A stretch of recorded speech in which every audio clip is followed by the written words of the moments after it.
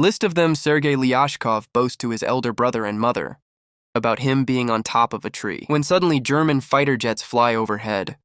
The mother asks her kids to quickly hide in the bushes, but the 6-year-old claims he is not scared and strikes the jet with a slingshot. To everyone's surprise, he manages to hit the jets and explode them.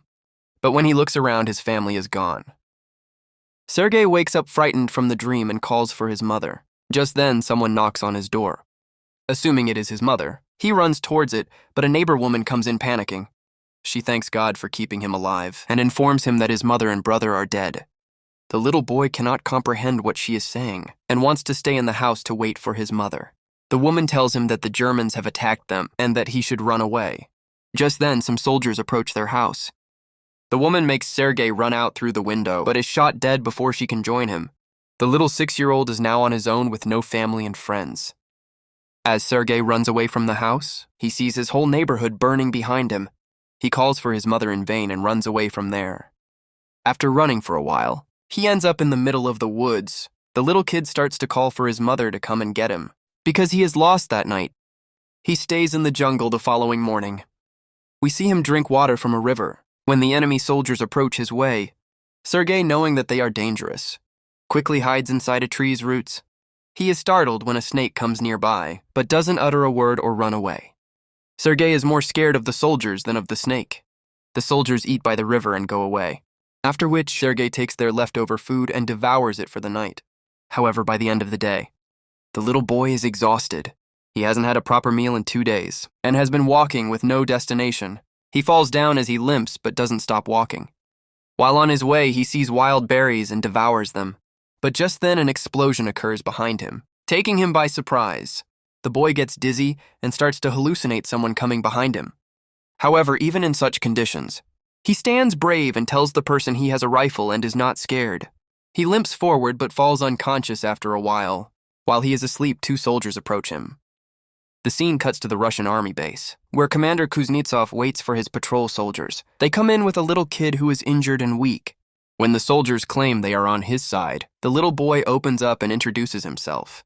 The soldiers laugh when the kid shakes his hand, with the commander suggesting he introduce himself too. The soldiers feel affectionate with the little kid and circle him around.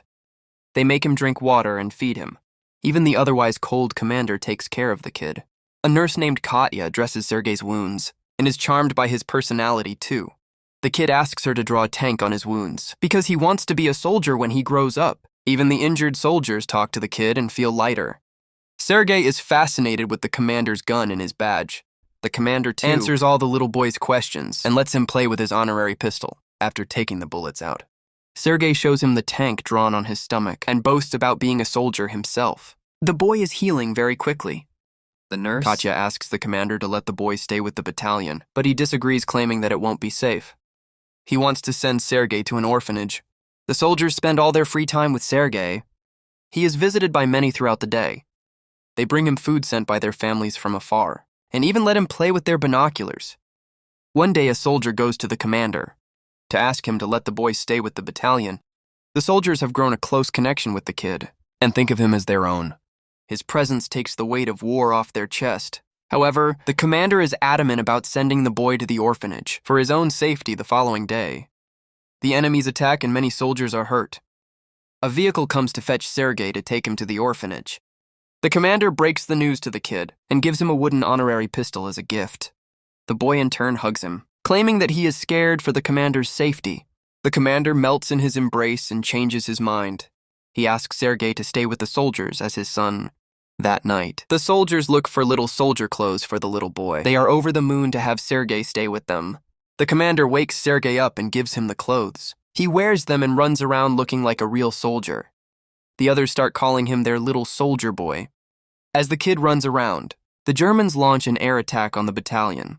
The soldiers quickly take Sergei to a safe place and fight the others. The number of injured soldiers grows rapidly. Sergei wants to make himself useful, so he brings water to thirsty soldiers. One of them asks him to read a letter sent by his family because he has a bandage over his eyes. The little boy wants to help but doesn't know how to read. He takes the letter and starts making up the things written on it, claiming that the soldier's cow is safe back home. When the soldier says he doesn't have a cow, the others tell him to go along with the story and laugh. He reads everyone else's letters in the same fashion and cheers them up in the following scene. We see Katya and the commander talking. The two seem to be attracted to each other, but do not confess their feelings. Later, Sergei tells the commander that he is of the orderly position in the battalion and starts introducing himself as one. However, the boy then sees one of the soldiers' station destroyed from the attack. The commander teaches him to take his hat off to pay respect to the dead soldier. The next day, he insists the commander give him a mission and is given a task to distribute the letters among the soldiers. He completes his task efficiently and even makes the soldiers dance for him. The following day, Sergei goes a little far from the base with his binoculars. As he is playing with it, he sees someone's leg moving from inside a haystack. He rushes back to the battalion and tells the soldiers about his findings. The soldiers are skeptical, but go with the boy anyway. When they reach near the haystack, they are alerted to see 2 German spies hiding underneath. The spies are arrested and the kid is praised for his intelligence. That night, the commander shows Sergei the legal papers. For his adoption, he is now officially the kid's father. Sergei knows of the commander's feelings for Katya, so to repay his kindness, he takes him to confess to her. But the two see her talking to a different man, and wrongfully assume she is interested in someone else. The base is attacked by the Germans again. This time, Sergei helps the soldiers with all his might by supplying ammunition to the soldiers in the front line. But the soldiers there command him to go back to the shed because it is too dangerous outside. When he comes to the shed, he sees the commander and others panicking because the phone's connection with the colonel is lost. A soldier is sent to fix the broken wires. Sergei follows the soldier and sees he has been fatally wounded. He asks the dying soldier how he can fix the wires and does it himself. The connection comes back and more troops are called. The 6-year-old saves everyone's life. Later, we see the commander and Katya talking by the river.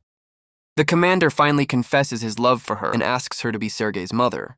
Katya is over the moon, but before she can say anything, a soldier approaches them and gives the commander a letter, saying they have been dispatched from the base. The following day, all the soldiers leave for their new base along with Sergei. However, on their way, they come across a minefield that blows off some of their vehicles. The commander is hurt while the group's orderly, who Sergei was close with, dies in the explosion. He cries and hugs the commander. They carry the injured ones with them and continue their journey to their new base. When they finally reach the other base, they meet the commander's leader. The general, he too, is impressed by the kid's ambition and congratulates the commander for having such a smart kid. The following day, their division is awarded a guard's banner and so is the boy. He promises to save his country when the general gives him his badge. One night their base is attacked brutally, and the commander is trapped under the ruins. Sergei cries for his father and tries to save him. He calls the other soldiers, who finally bring the commander out. The next day, Sergei approaches an injured commander. His hands were hurt while trying to save the commander. The kid is now an inseparable part of the team. He doesn't have a family beside them, and moves wherever they go in the war. The movie ends as the regiment is seen moving to another base. A voice in the background narrates that he even took part in the Stalingrad battle and reached Poland with the soldiers. He is currently known as the world's youngest soldier ever, and the legendary story of his bravery is now spread for the whole world to hear.